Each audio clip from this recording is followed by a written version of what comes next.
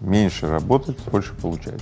А вот тут проблемка. Там поставил бабки, проиграл, там МММ, пирамиды и так далее. Тут он хомяка, значит, гладит. Ага, видишь, не получается. У дебила турбулентное время каждую секунду. В конце концов, знаете, эволюция постоянно придумывает способы, как освободиться от совершенно ненужных людей. Будь готов к неожиданному. Завтра может быть другим, каким ты не видел его. Я приглашаю тебя стать участником движения успешных людей.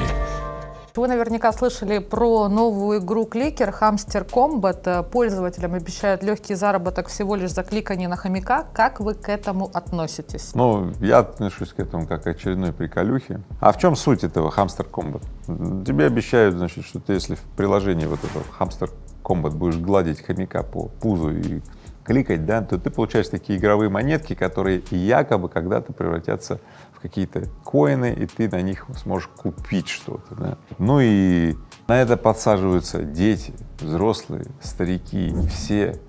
У кого палец уже отвалился и не может кликать, тот начинает тыкать в этого хомяка какими-нибудь секс-игрушками, там всякими вот, я не знаю, приспособлениями. Кто-то делает автокликер, авто вот этот тыкатель. Но чем это окажется на поверку, мы уже все знаем. Тот, кто занимается вот этим делом, Hamster Combat, тот конченый мудак. Так и передайте. Если вы сами этим не занимаетесь, но видите, что рядом с вами есть друзья, близкие, знакомые или просто незнакомые люди, которые этим занимаются, передайте им, что они конченые мудаки. Они думают, что не отрывая жопу от стула, можно получить благосостояние и так далее. В конце концов, знаете, эволюция постоянно придумывает способы, как освободиться от совершенно ненужных людей, от бестолковых, от бесполезных, освободиться, занять их чем-то таким, чем они себя уморят, убьют. Как не жить иллюзиями и осознать, что ты тратишь время на абсолютно бессмысленное занятие? Ну, конечно же, через боль.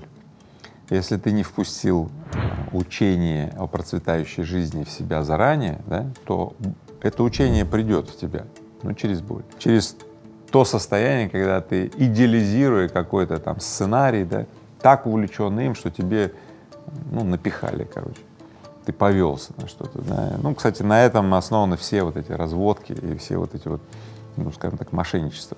Человека увлекают какой-то идеей, дают ему шанс поверить в эту идею так сильно, что он готов потом там платить всем самым дорогим и самым вот и рисковать, да, для того, чтобы вот получить желаемое, хотя это была фикция, как мираж. И вот он идет за этим миражом, отдает деньги, здоровье, время свое тратит, а потом на поверку оказывается, это был мираж, но уже поздно. И развести людей вот на эту приманку, внушив через картинку, через что-то такое вот, через манящее что-то, да, ну очень просто. Мы так устроены. Я, кстати, тоже. Я на Ленинградском вокзале свитер из ангорской шерсти купил однажды, целую сумку, понимаете, на халяву, в 3 раза меньше по цене. Потом оказалось, что это синтетика. Все выкинул нахрен. Поэтому я тоже получил не просто дозу разочарования, а столько этих дозировок получил, да, что теперь стал немного опытнее, немного. Поэтому на самом деле, если ты испытываешь боль от разочарования и чувствуешь, что тебя уже сейчас разводят, пожалуйста, сфокусируй внимание, выйди из этого круга. Потому что очень часто того, кто чувствует, что его разводят, он не выходит из круга в такой надежде, что ну а может быть все-таки нет, и идет как дальше эта крыса по этому кругу. Поэтому абсолютно бессмысленное занятие, терять время, пытаясь приблизиться к горизонту, который постоянно от тебя удаляется. Именно так устроены все игры. И вот тем, кто сейчас Hamster Combat играет и хомяка гладит, и кликает, да, тоже скажу, вы тоже получите вот это разочарование. Чуть позже. В это время дельцы, которые создали это приложение, я вам так скажу, ай, красавцы, ай, красавцы. Раньше хотя бы на площадь надо было ходить, наперстками двигать, там банды, милиционеры могли тебя принять как следует, да, за вот это вот мошенничество. А сейчас нормально выпустил приложение, сидишь и смотришь, как бабки тикают. И чтобы выбраться из этой бесконечной любви к халяве, вот этому желанию найти, ну что же еще, в какой лотерее на этот раз я выиграю, чтобы выбраться отсюда, нужно заместить вредные, или даже опасные иллюзии иллюзиями, которые полезные. Они такие же иллюзии, да, но они полезны. Вот и все. Почему в России люди считают, что могут сорвать большой куш просто так? Ну, это не только в России, это везде. Это так устроен человеческий разум. Меньше работать, больше получать. Это естественная настройка. А дальше человек начинает пробовать применить это в жизни, а вот тут проблемка. Количество вещей, где можно без особого труда и без сложенных каких-то твоих действий особенных там, заработать или получить какое-то благосостояние или блага, но эти вещи связаны с огромным риском. Ну, риском для жизни, риском для здоровья или риском для других людей. Ну, грабеж, например. Да, как на халяву заработать миллион? Ну, взять, ограбить миллионера, вот, ну, вроде как, ну, это риск. Поэтому наша особенная настройка, вот эта у людей людская, она, ну, конечно, уже в детстве, ну, скажем так, выталкивает людей к пробам, как получить больше, ни хера не делая. Мы попадаем в эту ловушку из-за рутины. Каждый день похож на предыдущий. Люди знают, что завтра будут примерно такой же, как вчера, позавчера и так далее. Ну, при этом кто-то бухает, кто-то там курит и так далее, неважно, но все дни похожи. И вот в этих условиях вот этой рутины, вот этой вот вынашивающей, изматывающей рутины, человеку хочется каких-то красок, разнообразия, и вот он идет на какой-то риск. На всю котлету берет, там засовывает, и все, ему раз, культяпку и оторвало. Ну, с дури можно и член сломать, это же поговорка вот для этого, с дури. Это вот спонтанное действие человека, вырваться из этой рутины надоедливой, ну все, ни одному человеку не нравится быть вот в этом состоянии, это точно. Тебе просто кажется, что играя в лотерею, в хомяка или во все вот эти вот азартные игры, да, ты выходишь из рутины, на самом деле ты входишь в другую рутину, еще и попадаешь на бабки. Вот многие зависают в этом состоянии, и потом всю жизнь, в общем-то, вот как-то так и живут, перескакивая там с кочки на кочку, ну и некоторым везет, но их очень мало, в конце концов они попадают в какую-то ловушку и все. Если кто вот это вот скачет, ну ничего, не получится. Зато очень много людей, которые, знаете, усердно в какой-то отрасли развивались, компетенцию наращивали, трансформировали эту отрасль, создали целое сообщество людей, с кем вместе трансформировали эту отрасль, и вот, пожалуйста, результат. Вот, например, компания Технониколь. Кстати, кто строит дачу, ремонтирует квартиру, или строит, или что-то ремонтирует, только компания Технониколь. Много разных есть компаний, но компания Технониколь для тех, кто строит, это безальтернативно. Кровельные материалы, изоляционные, вообще материалы для ремонта и строительства, торговая сеть Технониколь — это безапелляционно. Вот при всем богатстве альтернатив, ну нет других альтернатив, понимаете? Там кинут, обманут, я не знаю, не вовремя привезут или что-то там может быть, да? Вот торговая сеть Технониколь за качество отвечает, короче. Что мешает людям открыть свой бизнес, а не продолжать гнаться за иллюзиями? Страх мешает. Поэтому кликание этого, значит, хомяка по пузу — это майнинг контроля. То есть человек майнит контроль, чтобы, не дай бог, да, что-то другое в его жизни не произошло. Вот он сидит там вот на лавочке в парке, значит, и майнит этого, трогает этого хомяка. Ну, другое не может произойти. Вот он сидит на лавочке, в его жизни вот эта рутина, и он занят тем, что он хомяка гладит. То есть он контролирует вот это свое состояние, в котором с ним ничего другого нового не может произойти. И чем дольше человек ничего не меняет в своей жизни, тем больше страха. В какой-то момент страх, депрессия, алкоголизм, нищета, травмы, несовместимые с жизнью и так далее. И время сейчас такое, говорят, там и так далее. Я вам так скажу, да, времена всегда одинаковые. Турбулентное время и так далее. Ну да, турбулентное, оно всегда турбулентное. У дебила турбулентное время каждую секунду. Причем такое турбулентное, что вот кто-то вот наматывает на жизнь.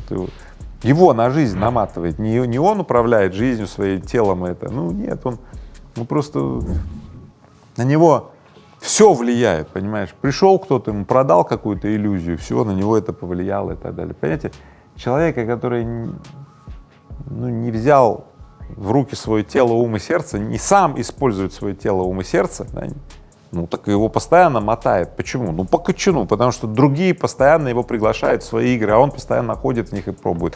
Там поставил бабки, проиграл, там игровые автоматы, там его развели на каком-то там МММ, пирамиды и так далее. Тут он хомяка, значит, гладит и так далее. Вот и все. И вот он сидит в своей вот этой вот дырке и дрожит, потому что он из этой дырки уже не выходит, а ему в эту дырку и приложение с хомяком.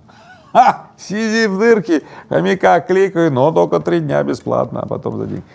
Вот и все. В этом смысле технологичность мира меня сейчас поражает. Мы даже не догадываемся, сколько людей, ну, физически они как бы есть, но социально их нет. Они социальные аутисты уже, смотрите, они полностью выключены из социального обмена, они не производят ничего, они просто тела, которым дали некую виртуальную реальность, и эти тела, вот они не высовываются и все. В принципе, они в могильнике, они в склепе. Это страшно, ребят. На самом деле жизнь в страхе — это самое сильное мучение, самая сильная трагедия, и те, кто живут в страхе, это точно знают. А те, кто иногда попадает в страх и умеет из него выбираться, помогите тем, кто живет постоянно в страхе. Юг России, друзья мои, привет! У меня для вас важное сообщение. В августе я, Игорь Рыбаков, и моя команда будем в Краснодаре на бизнес-форуме «Тренды будущего». Я приглашаю вас на этот форум. Я знаю, что это первое за долгое время масштабное событие для предпринимателей на юге России, поэтому не могу его пропустить, да, и обязательно там буду. Тем более его делает мой ученик, выпускник программы ЯР с Рыбаковым Виталий Макрищев. Форум пройдет с 1 по 5 августа. Жду тебя. Приходи. С друзьями приходи, партнерами. И я расскажу именно о том, что важно знать в условиях вот этих вот экономических реалий. И, конечно же, как присваивать обстоятельства к своей выгоде и с минимальными издержками, как это делаю я. Я также расскажу, как достигать успеха и поставленных целей на примере моей компании Технониколь. До встречи, всех жду на форуме с 1 по 5 августа. С чего стоит начинать свой бизнес? Да нихер его начинать. То есть если тебе свойственно это, бизнес начнет тебя сам. То есть ты сам чем-то увлечешься, и вот это увлечение, делание или созидание чего-либо, услуги, там какой-нибудь там товар начнешь производить, или посреднические услуги какие-то будешь делать, вот, бизнес тебя охватит, и ты… Главное, когда тебя охватит это, ты не игнорируй. Ты скажи: опа, ха, да. То есть бизнес в нашу жизнь приходит, не мы его ищем, а он нас находит. И вот когда он нас нашел и охватил, главное вот не препятствовать этому и отдаться. Вот, например, как меня охватил бизнес, мы крыши крыли, как ремонтники кровель. Мы были самыми лучшими переделывателями чужого брака. Нам платили тройной ценник, двойной минимум, иногда даже тройной. Мы такие гордые были и т.д. Но нам перестали однажды привозить материал вовремя, кровельный, и мы простаивали, а за простой нам не платили. И я однажды сказал Сергею: Сергей, а может нам начать производить эти материалы, которые нам никак не могут привезти? Серега сказал: клевая идея. Так мы стали вместе фантазировать о производстве материалов, которых нам никак не привозили. Мы сперва просто фантазировали, а потом стали появляться люди, которые нам начали рассказывать о том, как линию построить кровельную и так далее. А потом пришли люди, которые сказали: а вот там линия стоит, простаивает, возьмите ее в аренду. И, понимаете, вот так бизнес начинал охватывать меня. Я сидел и делал там бизнес-нишу, выбирал товар. Я создавал, то есть я был в условиях деятельности, в которых бизнес проникал в мою жизнь. Вот и все. Поэтому я абсолютно не верю во все эти бизнес-планирования, вот эти все стартапы, хабы, вот это, знаешь, там молодежь, там давайте что-то сделать, это полная херня. В туалете больше случается стартапов, чем вот в стартап-хабах. Иди куда-то, путешествуй, ввергай себя в какой-то там новые знакомства с людьми, соединяйся в беспорядочные вот эти социальные связи с бизнесменами, кто уже занимается и так далее, и оп, возникнет идея, которая охватит тебя, охватит. И когда она тебя охватит, не препятствуй тому, чтобы она тебя, охватив, вывела вот это в новое состояние. Но это мой подход. Поэтому если вы идете в инфобиз, и в какие-то стартап-хабы и так далее, и там много теоретиков, учителей и так далее, вы просто идете информироваться. Вы не создаете условий, при которых бизнес охватит вас. Я создаю условия, в которых вас может охватить бизнес. Это дорого. Это MBA, Global University by Рыбаков. Здесь будет ссылка. Кликайте, переходите. Но это для тех, кому это действительно вовремя, и кто понимает, о чем я говорю, и кто действительно хочет, чтобы бизнес тебя охватил. И основной эффект, почему идет подхват на MBA Global University by Рыбаков, потому что предприниматели действующие, практики, 90% преподавателей — это практика. Поэтому подхват идет сильнее. Вот и все. Поэтому приходите, примерьте на себя, если у вас идет подхват и вот этот вот прилив сил, все, значит, вам это подходит. Поэтому на самом деле, вот кто сейчас понял меня и почувствовал, наверняка тот вспомнит в своей жизни такие события, когда что-либо охватывало нас. И если вы вспомните, практически все весомого, что в нашей жизни произошло, это всегда было не особо-то спланированное событие, которое нас охватило. Вот и все. И если мы создаем условия, которым охватывающие нас идеи могут быть полезными для нас, вот в этом-то и есть современное образование. Создай условия, в котором с тобой может произойти полезное для тебя. Собственно, для этого и призвано вот это Global University MBA, чтобы произошли условия, в которых бизнес или дело может охватить тебя. Важное объявление, друзья мои. У меня появилась площадка, на которой я публикую эксклюзивный контент. Если раньше в Ютубе я делал так называемый эксклюзивный контент, который раздавался потом на все площадки, то теперь не так. Теперь есть площадка в ВК, где у меня эксклюзивный контент. Там ты сможешь найти, первое, готовые бизнес-инструкции, готовые бизнес-модели, ну и, конечно же, мои комментарии Игоря Рыбакова на самые важные события в нашей стране и в мире. Подписывайтесь по ссылке в описании, ставьте колокольчик, скачивайте приложение ВК-видео, чтобы было гораздо удобнее. Ну и, конечно, будьте в актуальности, будьте на связи со мной. Как побороть в себе комплекс неудачника? Ну, представьте себе, да, как развивается такой комплекс и самопредставление о том, что я неудачник, я там лох, я жертва и так далее. Ты что-то делаешь, у тебя не получается. Тебе добрые люди говорят: ага, видишь, не получается, у тебя вообще ничего не получается. Ты опять что-то делаешь, у тебя опять не получается. Добрые люди тебе опять говорят: ну вот видишь, мы же говорили. Ну, понятно, через некоторое количество таких циклов. А это же абсолютно нормально, что у тебя не получилось один раз, второй, третий, 10 раз. У меня есть правило 120 попыток. Если я пробовал, у меня 120 раз не получилось, я продолжаю пробовать. Ну, а кто-то уже на 10-й попытке присваивает себе идентификацию. Все, я тот, у кого не получается. Вот так развивается комплекс неполноценности или комплекс неудачника. Как бы это ни называлось, это такая самоидентификация, обесценивание, самообесценивание, такое вот аннигиляция. И вот в этот момент происходит автоматическая настройка, человек начинает контролировать свое состояние. То есть он ищет артефакты и людей, которые будут подтверждать, что да, это так. Все. То есть человек переходит к удержанию, самоидентификации. Ну, так устроен человек. Все. И выхода из этого вообще нет, потому что человек реально перешел к удержанию этой ситуации. Как побороть в себе комплекс неудачника в таком состоянии? Никак. Это чрезвычайно сильный синдром психологического и психического расстройства. Вот и все. И он никак не лечится в одиночку. Поэтому есть профилактика работы комплекса неудачника, я могу о ней сказать. А есть радикальный и очень бережливый способ, как выйти из этого. Сперва я расскажу о профилактике, а потом расскажу о радикальном способе избавиться навсегда от комплекса неудачника. Вот навсегда. Итак, поехали. Негативные эмоции — это нормально. Это первое, что я могу сказать. Вот когда тебе плохо, ты расстроился, ты разочаровался, и тебе вот херово, это нормально. Я постоянно испытываю какие-то негативные эмоции. У меня с утра бывает так: жизнь охерительно, а к вечеру полная жопа, дерьмо какое. У меня тоже так бывает.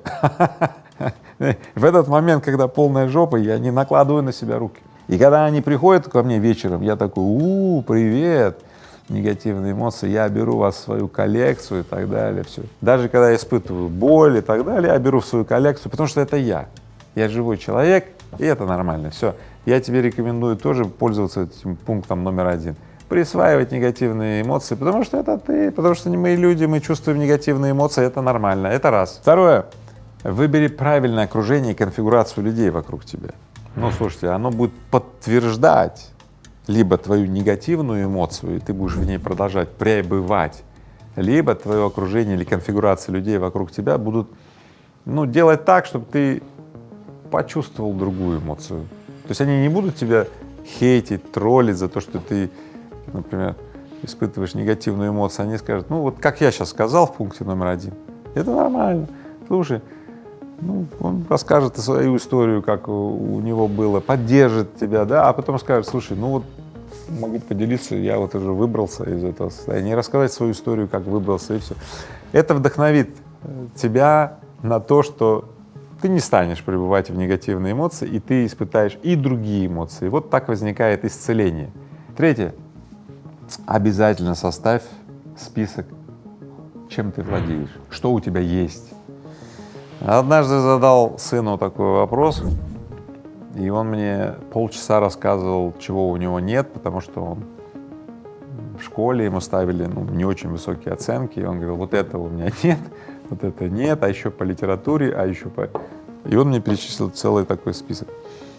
Вот. А потом я его прервал, говорю, слушай, а вот что у тебя есть?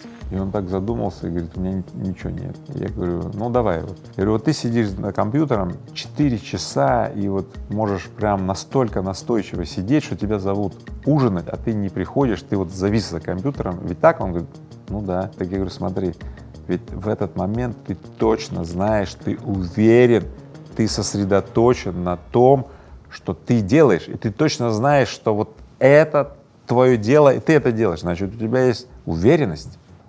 Он меня смотрит, ну, видимо, говорит, да. Я говорю, точно запишем в список.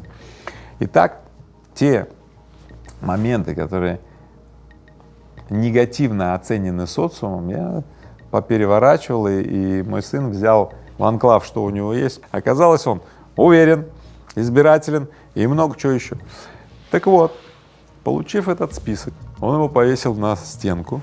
Знаете, как преобразилась жизнь моего сына? Он стал меньше сидеть за… Ну, потому что он стал разнообразить. Он теперь с использованием своей избирательности и уверенности стал применять это, ну, и на другие вещи. И перестал зависать на компьютере. Вот и все. Поэтому пункт 3. Создай свой список, что у тебя есть, чем ты обладаешь, и обязательно сконцентрируйся на отдельном, специальном, очень полезном, важном списке, чем ты владеешь. И опирайся в своей жизни на этот список, а не на список, чего у тебя нет. 4. Превращай страх в интерес. Обычно мы боимся чего-то, того, чего сами не знаем. Замечали? То есть всегда, когда происходит что-либо, чего мы, ну не знаем пока, не соприкасались, да, всегда возникает страх, естественно. И вот как только ты испытал от чего-то страх, ну загляни туда. Моя статистика такая, 99% именно в этом неведомом, оказывается, я вообще туда не ходил, там столько пользы для меня. Поэтому я даже это сделал правилом номер 4, и тебе советую постоянно его применять в своей жизни. И 5, конечно же, когда тело твое дряблое, когда тело твое, постоянно шлет сигналы, что что-то не так, то и мысли твои про что? И чувства твои какие? Ну, так себе, да? Или так себе, или вообще даже унылое гумно, да? Вот это. Поэтому займись своим, здоровьем, тонусом своего тела. Поможет вам это грант практики, ссылку тоже здесь вот оставляю, кликайте. Я постоянно этим занимаюсь для того, чтобы пребывать вот в хорошем тонусе тела. Итак, а сейчас радикальный способ борьбы с синдромом неудачника. Вы же дождались, вы же хотите. Итак, прямо под этим видео, да, есть ссылки на X10 движение, на бизнес-сообщество EQ, на про-женщин сообщество и на университет детства.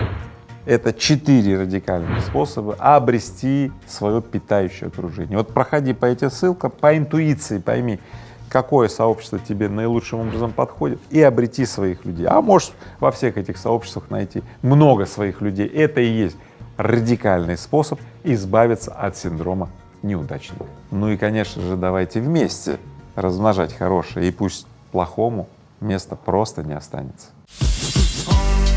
Будь готов к неожиданному. Завтра может быть другим, каким ты не видел его. Я приглашаю тебя стать участником участником движения успешных людей.